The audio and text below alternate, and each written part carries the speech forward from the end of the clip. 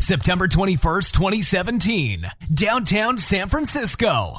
The Sales Development Conference, the world's first and only conference focused and dedicated 100% to sales development. Learn, grow, and succeed with the top minds in the sales development space. Keynote speakers include Henry Schuck, CEO of Discover.org, Manny Medina, CEO of Outreach, Christina McMillan, Director of Research at Topo and legendary sales trainer, John Barrows, among many, many others. No fluff, no filler, just the data, research, and networking you need to grow your career and become a stronger sales development leader. Go to tenbound.com/conference to get your early bird ticket today. Again, tenbound.com/conference to lock in this incredible opportunity today. On this week's Sales Development Podcast, we have a legend. Ms. Trish Bertuzzi, President and Chief Strategist of the Bridge Group, and the author of the best-selling Sales Development Playbook. If you have not read this, if you don't have a dog-eared copy on your shelf, drop everything right now and go and buy it and read it and make it part of your program. It's amazing. Trish has been a huge influence on me, and we're so honored to have her on the show. Trish, thank you so much, and tell us about your day and how you're actually the main outbound SDR for the Bridge Group. Thinking about how to be better at that almost my entire career. And quite honestly, my job at the Bridge Group is still that of a sales development rep. I still do outbound every day. We get a ton of inbound leads, and I have a fabulous team that follows up on them. They don't even really interest me. I want to do outbound. So I'm an outbound SDR. Okay, tell me about that. What's a day in the life like for you? Because I think that's the best way to keep your pulse on what a lot of people that listen to the call are doing. They're outbound SDRs or outbound SDR managers or directors. Tell me about a day in the life. How does Trish Bertuzzi do outbound? Well, first of all, I have a killer database, right? Because I've owned this database of this target segment that I go after, which is B2B technology companies, for 20 years. So my data is a thing of beauty, right? And I keep my finger on the pulse of who's doing what, where are they going, where are my contacts. LinkedIn, obviously, is a fabulous way to do that. So the whole crux of the problem with outbound is you've got to focus, focus, focus. And I always say to my clients, those who focus are those who win. So focus is a critical success factor. So I make sure that if I'm doing outbound, I'm doing it into my sweet spot.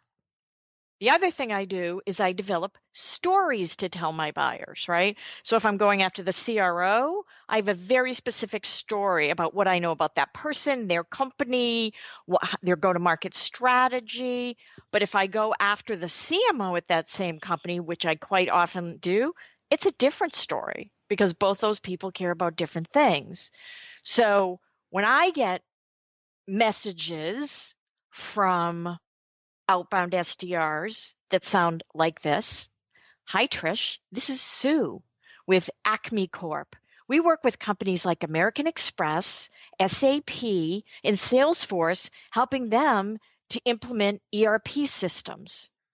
My heart breaks for that SDR. I'm never going to be a prospect for them, and they're wasting their time with me. So first things first, those who focus are those who win. Get focused on your sweet spot. Okay, focus, good data, building that database. And, something that I think it's tough for SDRs and even SDR managers and directors as they start to put these teams together is, you and I have been in the business world for a number of years. We've got lots of scars. We've been beat up a lot. And you learn a lot of that business acumen and just kind of understanding what the stories are to tell your customers. But what about somebody who's, just starting at this and this is their first job or maybe the first team that they manage? How do they ramp up that business acumen quickly so that they can tell interesting stories? I don't think it's their job to ramp up their own acumen, although I'm a huge fan of self-development.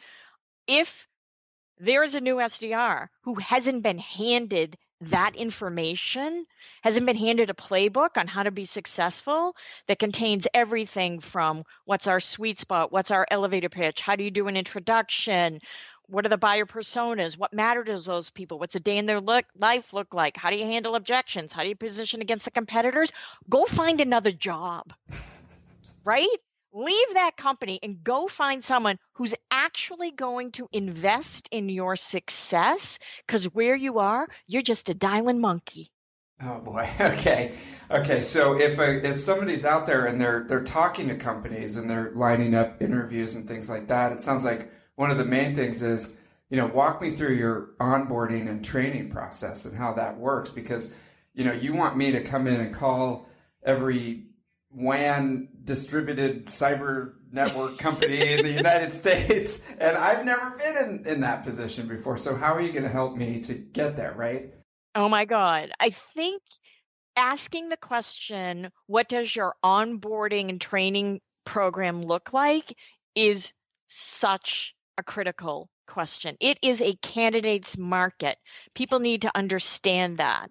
So take advantage of it and ask those really smart questions and land someplace where you're going to learn. That's another great question to ask when you interview. Do you value learning? Is part of your culture learning? If yes, tell me what that means here. Okay, that's a great question. And sometimes I think, if you've got job offer, in a best case scenario, you've got a job offer on the table from a huge company that has been cycling SDRs for many, many years, and they know exactly what they're doing as far as onboarding and training, hopefully. And then you've got startup with 3 people and a dream. It seems like, based on what you're saying, I would go with the big company, do a few years, get inculcated with that, and then do the startup. What do you think?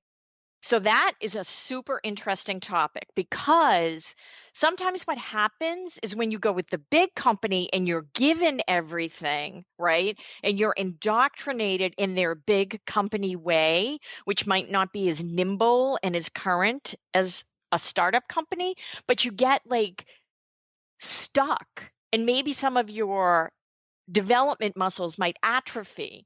Whereas at the startup, maybe you learn more, but it's tough, right? Because everything is so dependent on who's the big company and who's the startup, right? Because they're not all alike. So it's a tough question to answer. Remember back in the day, probably before your day, everybody went to work for Xerox or IBM to get their training.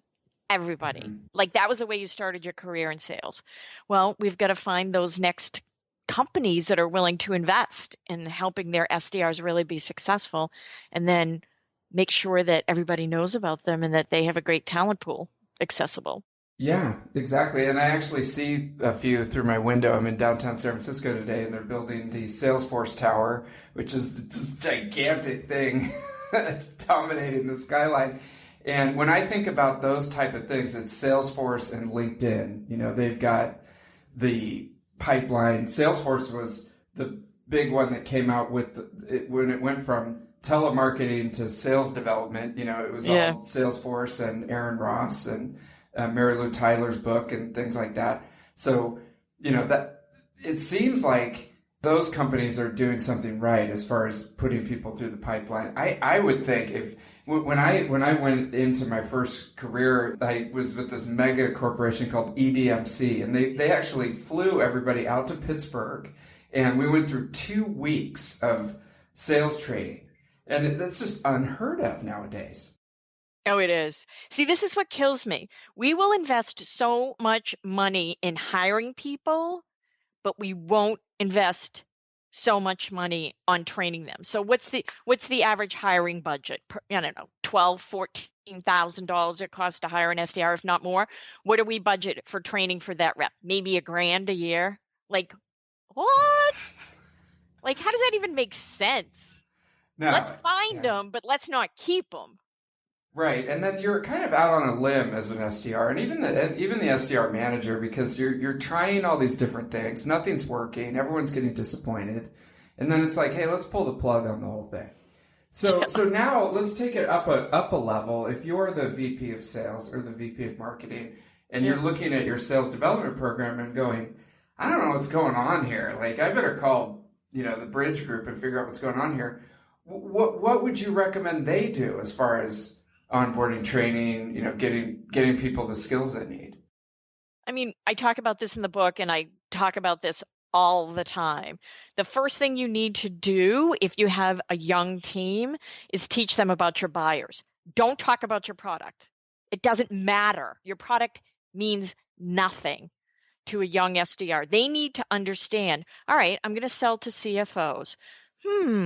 What is their job like? What do they do every day? How are they measured? What are their challenges? How are they currently addressing those challenges? Where do they hang out? Online, offline. Okay, I kind of get it. What language should I use when I talk with a CFO? Okay, I get that. Now talk about your product. How does your product or solution help the CFO do their job better? But until you get the beginning part, you shouldn't talk about your product or solution. I am totally bought in. That's where I start with every team. It's like, who are we selling to? Have you ever taken them out to lunch at your company? Like, you have a CFO, right? How much time have you actually spent with them? And so say you're the VP of sales and you go, hey, SDR manager, let me take a look at the emails that you're sending out to our prospects. And you're like, oh my God. Oh my God. So wait. LinkedIn lately, it seems to be in fashion for VPs of sales or CROs to bash the bad emails or voicemails they get from other people's SDR teams. I'm going to guarantee you they have no idea what their own team is pumping out there. That's right. And so, and the one thing, we've talked about this before, publicly shaming people on LinkedIn. I mean, let's take a look in the mirror first before you start posting that stuff on LinkedIn. I mean, that's not cool. And then the other thing is, if you're that VP of sales and you look at the emails that your team is pumping out and it's not relating to the buyer persona or the problems that they have, it's just product stuff, then you've got a serious problem because you're alienating people out there, right? Yeah, it's crazy. And I also love, this kills me, when CROs get out on LinkedIn or wherever or on a panel and they're like, oh, I never answer my phone. And then they turn to their SDR leader and go, you need your people to make more calls. It's like, okay, you won't take a call, but you're flogging your people to make more calls. Interesting. Yeah, it's very, it's like a circle. And I think a lot of it is just, they don't know what it is beyond just go make more calls, that advice to actually do. So, working, like as you work with VPs of sales and marketing, what are 2 or 3 things that you say, wait a minute, don't just make more calls. Here's what you should actually do. Thing number 1, read my book. I think, yeah, obviously. That goes without saying. The Sales Development Playbook, available on Amazon, Audible, hard copy, or Kindle. Thank you. So what should they do? Well, I'm a big storyteller. I mean, I love that. Everyone's like, voicemails don't work. Well, you're not going to get a call back from a voicemail, but you're going to tell a little piece of your story, right? It's like a chapter in a book. If you have a really interesting voicemail that arouses curiosity, and then maybe they see an ad from your business, or maybe they get an email from your CMO, or it's all about awareness, right? It's about surrounding that account with value and being interesting and relevant and showing empathy so that there's some level of awareness. So when the issue does pop up, they go, you know what? I'm going to talk to them. They nailed it with me. I'm going to talk to them. Right. And I think, the method of spray and pray, where you feel like if I send out, 10,000 emails that X number will convert and things like that, it seems like that's on the way out because it's just not converting anymore. So now that we're in 2017, what's the next step, or what's the next way of doing it where you're creating content and trying to get people into your community and stuff like that? Like, what should we do next beyond that? I don't know. I mean, you still have to use the tools at your disposal, right? So it's still phone, it's still email, it's still social, videos coming in, but so few people know how to make a good video that actually arouses curiosity that we need some practice there. So it's, it's tried and true. People have been selling since the dawn of the ages. You just have to rise above the noise of everyone else by being more interesting to your buyer. And, buyers aren't vanilla. What works, like I'm a phone person. I listen to voicemails. I pick up my phone. I despise email. So that's what works for me. That, the other buyer that you're trying to get at might feel the total opposite. So that's why you have to use as many types of media as possible because your buyers are going to react differently.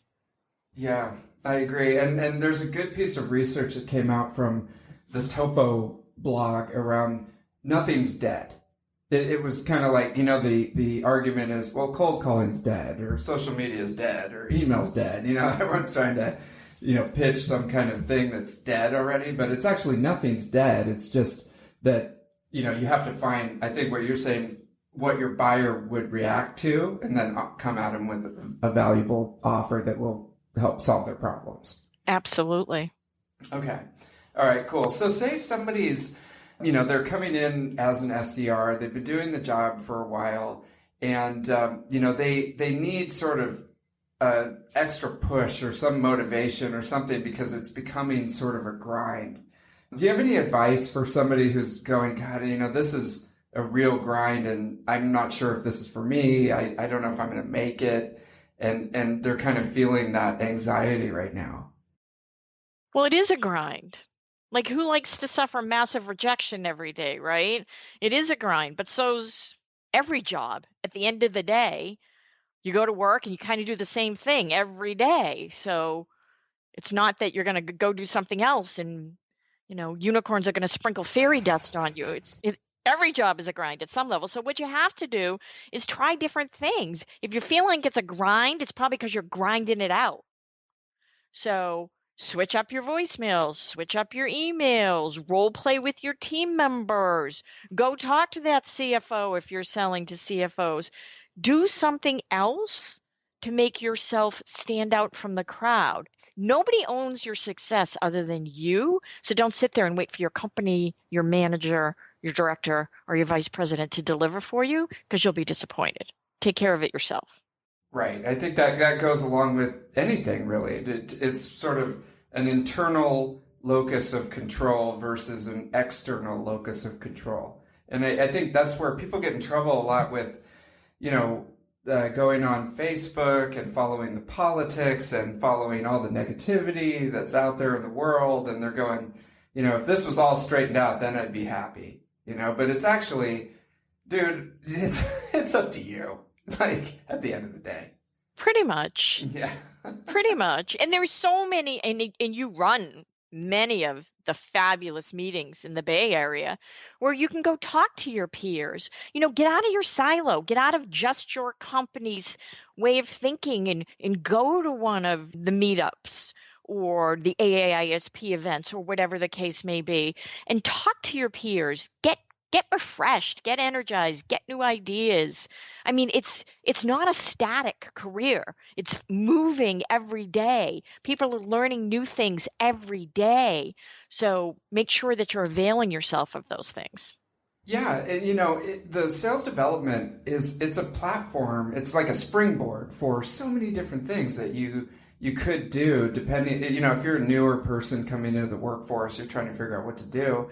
You're learning awesome skills right now of how to communicate with the marketplace. And then, it touches on marketing, it touches on sales, it touches on even, communications and PR and things like that. The sky's the limit. And I think where you start to get in a downward spiral is if you're not getting those new ideas. Exactly. And even a walk, outside in the nature or, I know that you keep bees and being involved in something that's completely different also pumps in new ideas and makes that connection, right? Yeah, absolutely. Well, I will admit I'm a brand new bee mommy, so let's see how I do with my first hive. But yeah, you want to continuously expand your horizons. And what I want to say to your audience is if you can do this job, you can do any job. Any job. If you can figure this out, there's never going to be a job that gets handed to you that you can't figure out. It is the most amazing launch pad to the rest of your life and the rest of your career. Oh my God. Amen to that, because after being many years of an SDR and now, as a consultant, you're almost, as you said, you're an SDR every day. I mean, if you can do this, everything else becomes a lot easier because, absolutely, dealing with people on the phone. And can I give your audience one question to ask if they feel like they're grinding it out? Yeah. So a lot of times SDRs will say to me, but I can't get people to respond positively to me.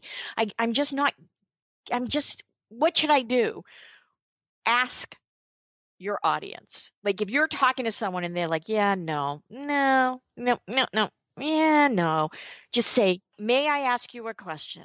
And they're going to say yes. Say to them, what about my message did not resonate with you? You will find out so much.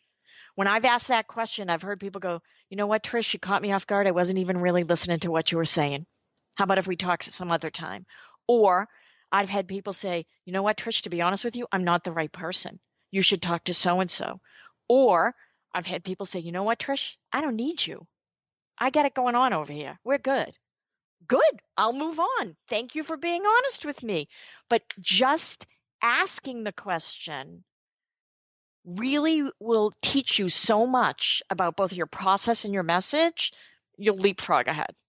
Yeah, you kind of open up to learning and to growing and building your skills versus I think what's demoralizing is you're just putting a message out into the marketplace and you're getting no response. That's what I hear. And, if they can learn and get some feedback, then even a no is a positive thing because now it's like, okay, I can work on something that I got back from the person, right? Exactly. Yeah. And it was interesting because when you first posed the example there, I thought of Barbara Corcoran article that I wrote. And she said that when she talks to entrepreneurs and they come at her with the question of what should I do? She gets really, that's a red flag because it's like, dude, I can't tell you what to do. What she would prefer to hear is, what would you do in this situation? Because it's then, the person asking the question still has the ownership. Because it's like, dude, you're you. I don't know what you should do. It's up to you, But I can tell you what I would do. And if you could, you could take that advice and run with it, and hopefully something will come out. So. Yep. Well, good. Well, okay. So I got a couple more questions for you, Trish. One is, I know that you're coming off a great quarter with the Bridge Group, which is tremendous, and congratulations on that. Thank you. It's been a long process of building up the business. What's next for you, and what are your goals, moving forward with the Bridge Group? So, I've had the Bridge Group for 20 years, and we just, as I'm sure you saw on LinkedIn, because I was thanking my clients and my team, but we just had the best quarter ever. And I think that has a lot to do with the fact that, we learn so much from our clients that we're always creating new services.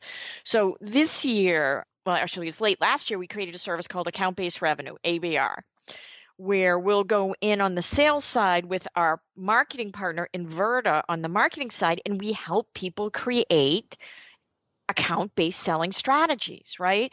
That's where part of the market is going, and we heard our clients loud and clear, so we created a service to help them.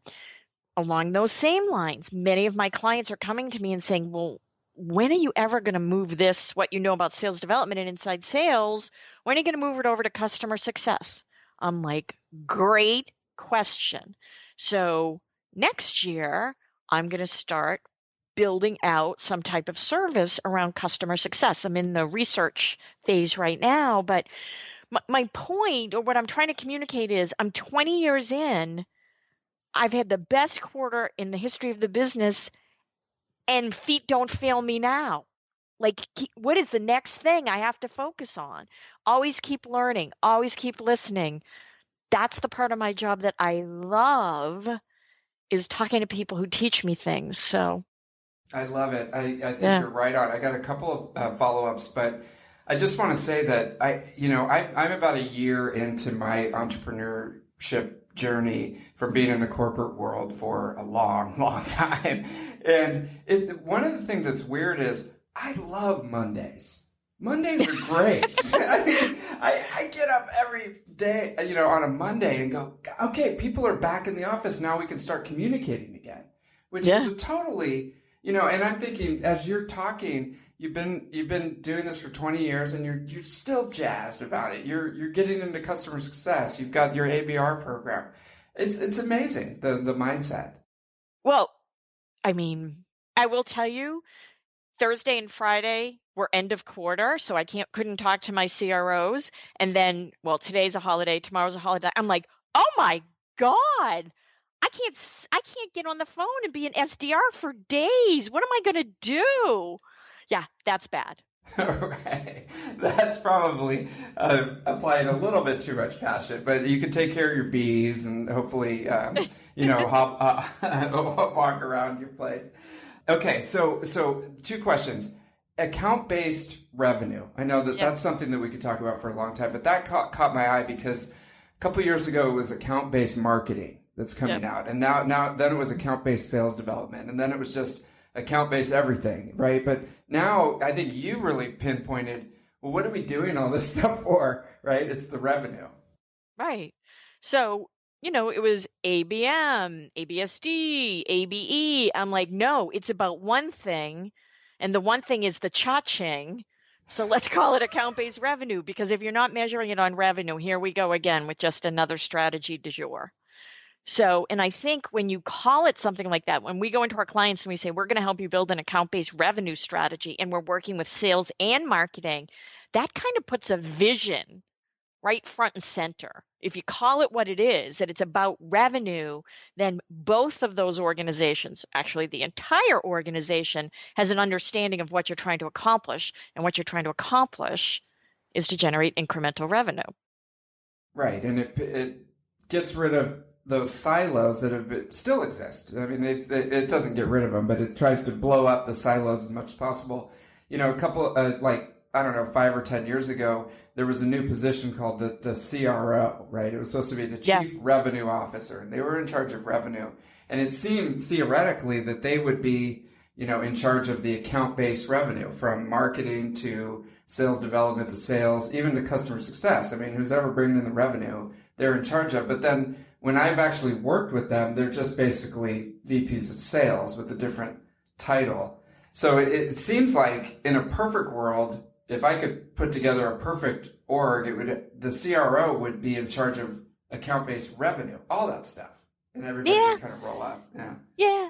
I mean, I have some CROs that run both sales and marketing, and I think that's awesome, because I think we're going to start to see a crossover in the long run. I think we're going to start to see CMOs take on more and more revenue responsibility. In a few years down the road, there'll be a schmeld.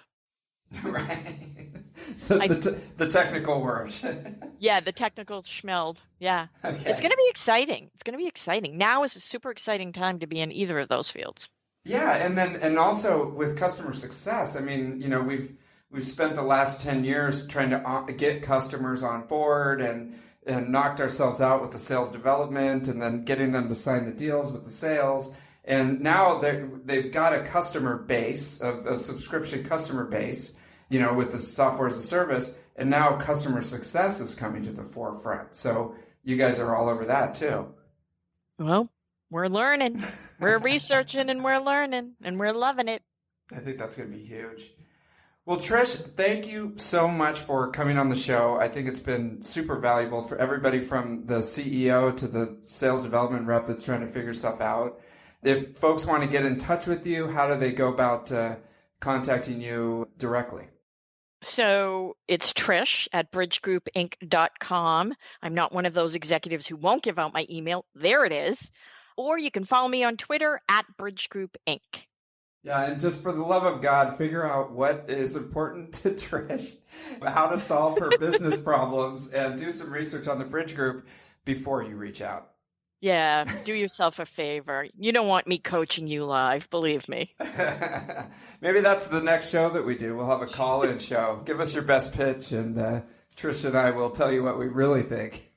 Well, that would actually be fun. That would be super fun. I'm thinking. Yeah. I'm trying to get the technology together to put something like that together. But yeah, that would be fun. I appreciate it. All right, let's think about that. All right, Trish. Thanks so much. Enjoy the rest of your holiday. Thanks. You too, David. Have a great one.